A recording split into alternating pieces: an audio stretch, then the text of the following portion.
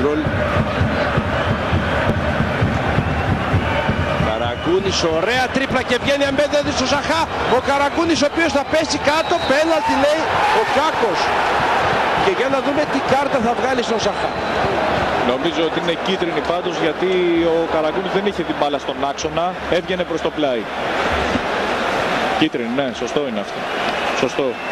Γιατί εδώ βλέπετε, νομίζω ότι υπάρχει, τον έχει βρει με το σώμα, αν όχι με τα χέρια, με το σώμα τον έχει βρει, αλλά η μπάλα πήγαινε προς το πλάι, γι' αυτό και δεν είναι κόκκινη. Εδώ βλέπετε το Καραγκούνης.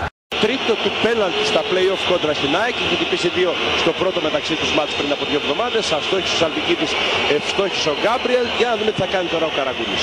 30 λεπτό. Η μεγάλη ευκαιρία του Παναθηναϊκού να πάρει προβάδισμα. Ο Καραγκούνης εκτελεί και βάζει τον Παναθηναϊκό μπροστά στο σκορ 1-0.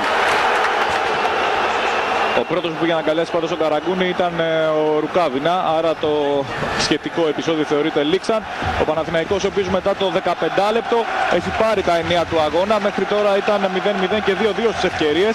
Από ένα 15 λεπτό η κάθε ομάδα, αλλά ο Παναθηναϊκός με αυτή την προσωπική ενέργεια του Καραγκούνη που πέρασε όποιον βρήκε μπροστά του, προσπίθηκε να θα πετάξει την μπάλα δεξιά, πέρασε μόνος στο κέντρο άμυνας. Εκεί ήταν εξαφανισμένοι και ο Κυριάκος και ο Μαϊστόροβιτς. Μπήκε ο ίδιος, κέρδισε το πέναλτι, αν και οι περισσότεροι λένε ότι δεν πρέπει να εκτελεί το πέναλτι αυτός που το κερδίζει. Ο Καραγκούνης πήρε την μπάλα, την έστησε και νίκησε το Σάχα για το 1-0.